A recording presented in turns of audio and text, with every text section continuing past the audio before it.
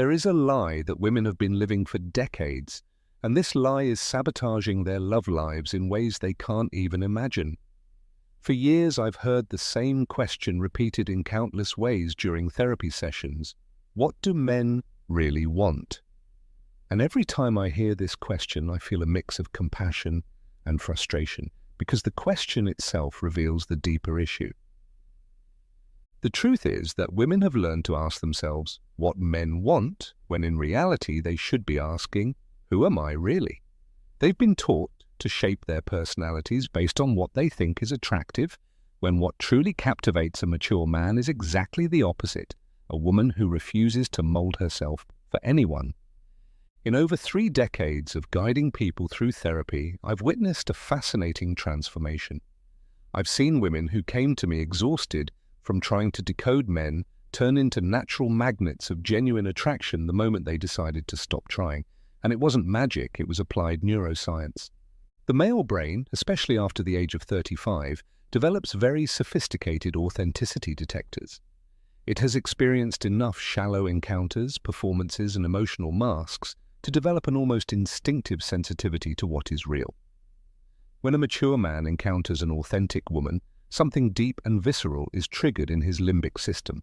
This reaction isn't random, it corresponds to very specific neurological patterns related to emotional safety and relational stability. A man who has been through complex relationships seeks signs of emotional reliability, and authenticity is the most powerful signal there is.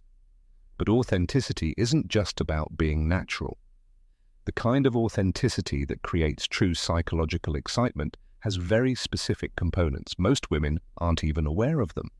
The first of these components is what I have observed in hundreds of successful cases: emotional presence without the need for external validation. Imagine a woman who can hold a deep conversation without the anxiety of needing to be liked. Who can express a contrary opinion without fearing rejection? Who can sit in silence without feeling the need to fill it with empty words? This kind of emotional solidity triggers a response in the male brain that I call active relaxation. He relaxes because he senses emotional safety, but he's also activated because what is rare becomes magnetic in a world full of superficial interactions. Over the years, I've noticed an interesting pattern in couples who come to therapy. Men describe their most successful partners using words like calm, grounded, and real. They never use terms like perfect, or impressive, or spectacular.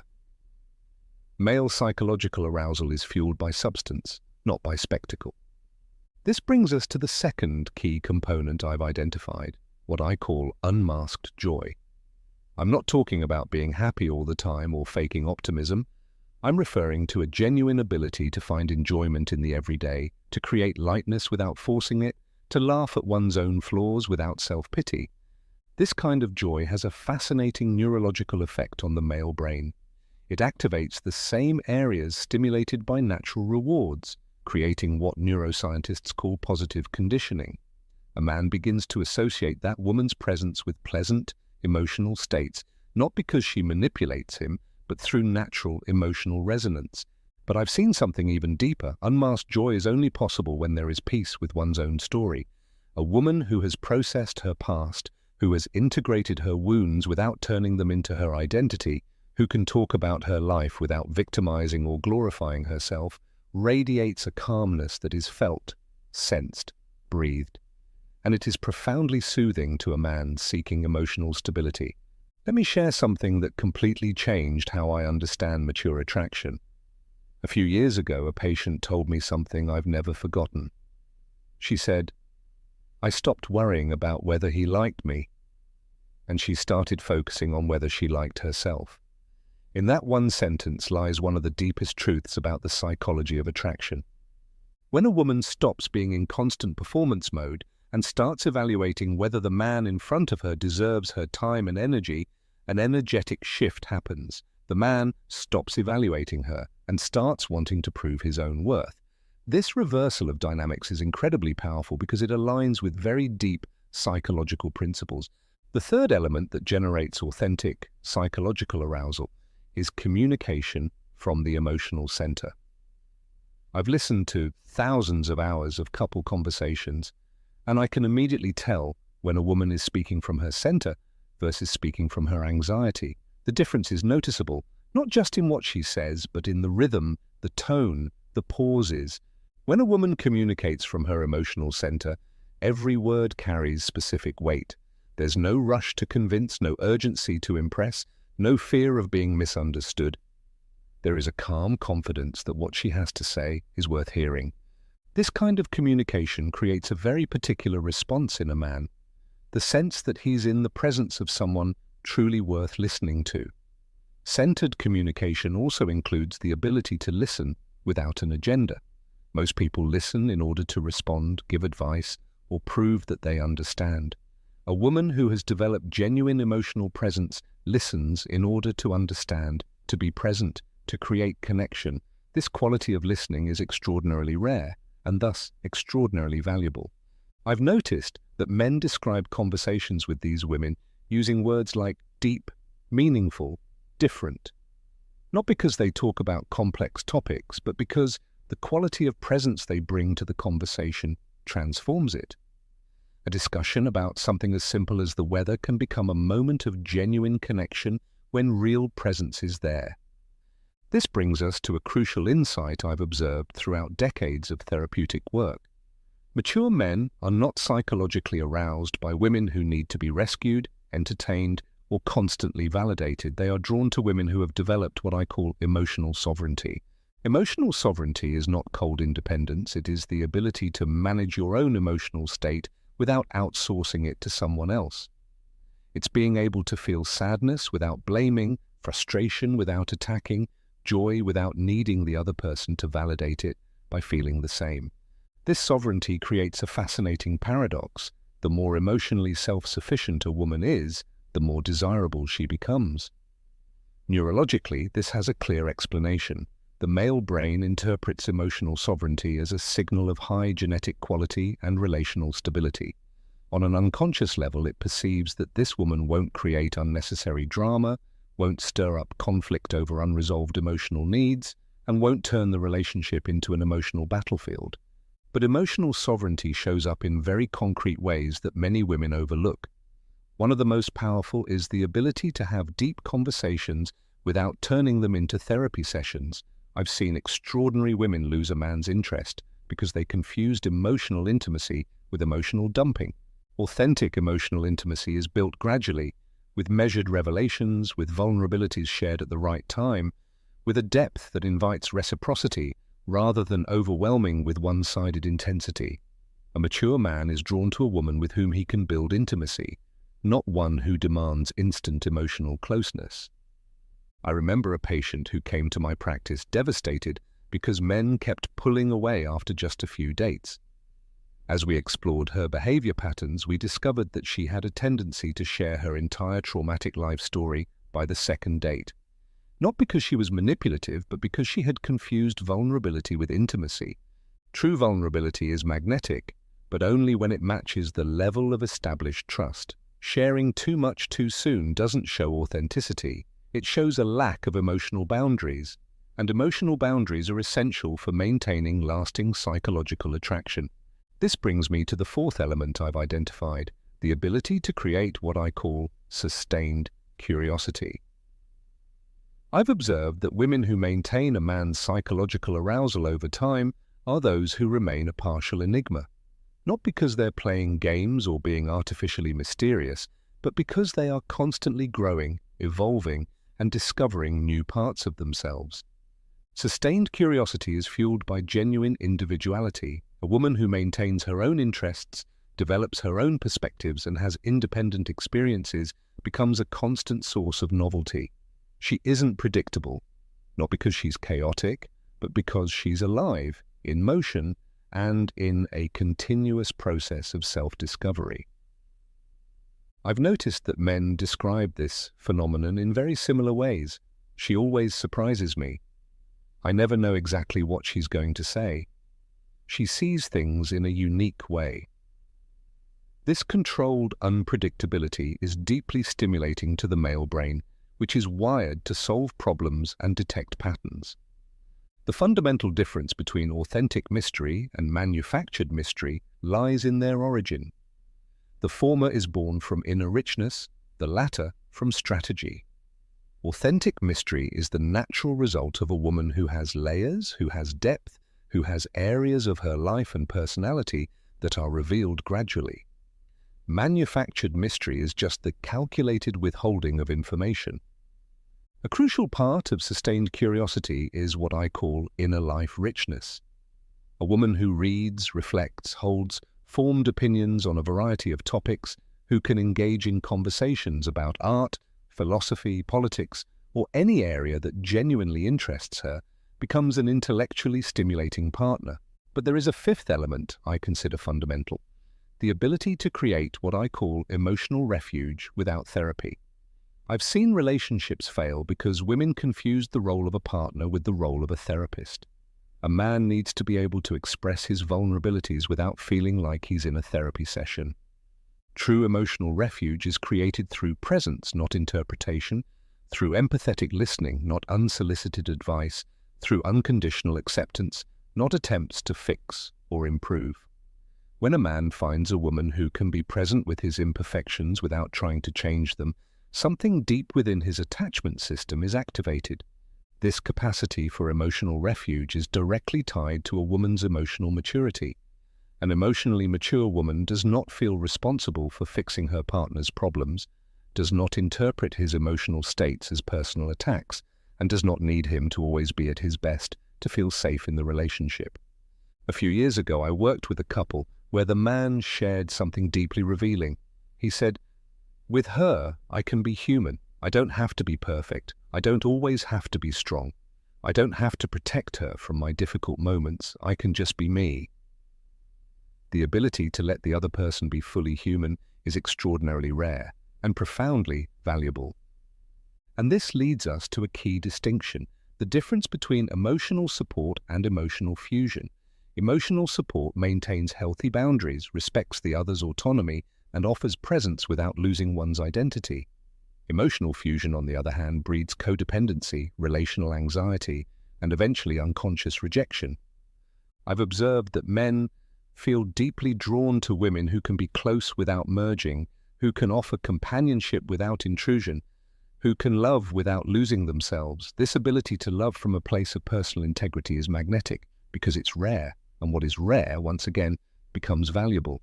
The sixth element I've identified is the ability to maintain what I call emotional erotic tension.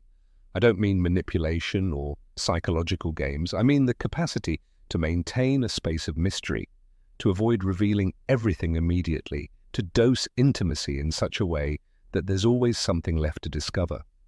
This emotional erotic tension is preserved when a woman has her own life, when she isn't constantly available, when she maintains private and individual spaces. It's not calculated coldness, it's personal wholeness, which naturally creates desire and anticipation. Over the years, I've noticed that relationships that lose excitement quickly are those where one partner, often the woman, becomes entirely transparent and available from the start. Total transparency kills mystery. Without mystery, curiosity fades, and with it, psychological arousal. Emotional erotic tension is also tied to what psychologists call intermittent reinforcement. When a woman is always available, always predictable, always giving the same response, the male brain adapts. But when there's variation, moments of closeness mixed with personal space, neurological activation is maintained. A key concept I've developed through my work is what I call selective availability. A magnetic woman is not equally available to everyone. She has standards, she has criteria, she consciously chooses where and with whom she invests her time and emotional energy. This selective availability is not arrogance or disdain, it's self-respect. It's the understanding that your time, your attention, and your emotional energy are valuable resources that should be offered deliberately. A mature man respects and is attracted to a woman who values herself enough not to make herself indiscriminately available. But there is a seventh element that I consider the most powerful of all: the ability to generate what I call mutual inspiration. I've observed that the most successful couples are those where both partners inspire each other to become better versions of themselves, not through demands or criticism, but through personal example. A woman who lives her own life with passion, who pursues her dreams with determination, who treats herself with respect and kindness, automatically inspires a man to raise his own standards, not out of competition, but through emotional contagion. Personal excellence is magnetic because it is rare. This mutual inspiration is based on what I call reciprocal admiration. When a woman has cultivated admirable qualities, she doesn't just attract admiration, she also feels admiration for her partner. And this dynamic of mutual admiration is the most powerful fuel for sustained psychological attraction. I've seen relationships that maintain passion for decades because both people remain admirable. They keep growing, keep surprising each other, keep inspiring each other to reach higher versions of themselves. This doesn't happen by chance, it happens through conscious choice. Mutual inspiration also involves what I call parallel growth, two people growing in the same direction while maintaining their individuality, supporting each other's personal development without losing themselves in the process. I recall a couple who came to my office after 15 years together, not because of a problem, but because they wanted to deepen their connection. What impressed me most was how each spoke about the other, not as someone predictable or fully known, but as someone still evolving, still fascinating, still worthy of admiration. The eighth element I've identified is the ability to maintain what I call emotional generosity without personal sacrifice. I've observed that the most psychologically attractive women are those who can give deeply without giving themselves away, who can be generous without becoming martyrs. This emotional generosity shows up in small things, in the ability to genuinely celebrate their partner's success, in offering support without expecting immediate reciprocity, in creating special moments without making them feel like obligations. But this only works when it comes from personal abundance, never from emotional lack. The difference is crucial. Generosity from abundance is magnetic because it's free, spontaneous, and genuine. Generosity from scarcity is manipulative as it tries to fill internal voids through the other person, and this is perceived unconsciously, leading to rejection rather than attraction.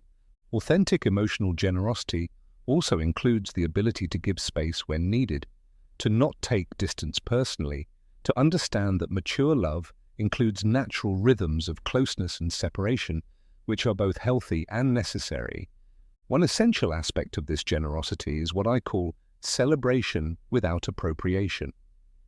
A magnetic woman can celebrate her partner's success without needing to take ownership of it. She can be proud of him without tying his achievements to her own value. This emotional independence is incredibly attractive. And finally, the ninth element I consider fundamental, the ability to maintain what I call conscious emotional stability. I don't mean the absence of emotions or emotional perfection. I mean the ability to feel emotions without being ruled by them. An emotionally stable woman can feel sadness without sinking into depression. She can feel anger without exploding in aggression. She can feel joy without becoming manic. This kind of conscious emotional regulation is deeply reassuring for a mature man seeking a stable relationship. Conscious emotional stability is built over years of self-knowledge, personal growth, and learning about one's own emotional patterns. It's not something that happens overnight, but it may be the most valuable investment a woman can make in herself if she is seeking a mature and lasting relationship. For decades, I've observed that men may initially be attracted to emotional intensity, but they build lasting relationships with emotional stability. Emotional intensity is like sugar. It gives a quick burst of energy, but it doesn't sustain. Emotional stability is like protein. It provides long-lasting nourishment. Stability also means the ability to maintain perspective during conflict, to avoid dramatizing everyday situations, and to distinguish between what truly matters and what's simply an annoyance. This emotional maturity creates a safe and predictable relational environment.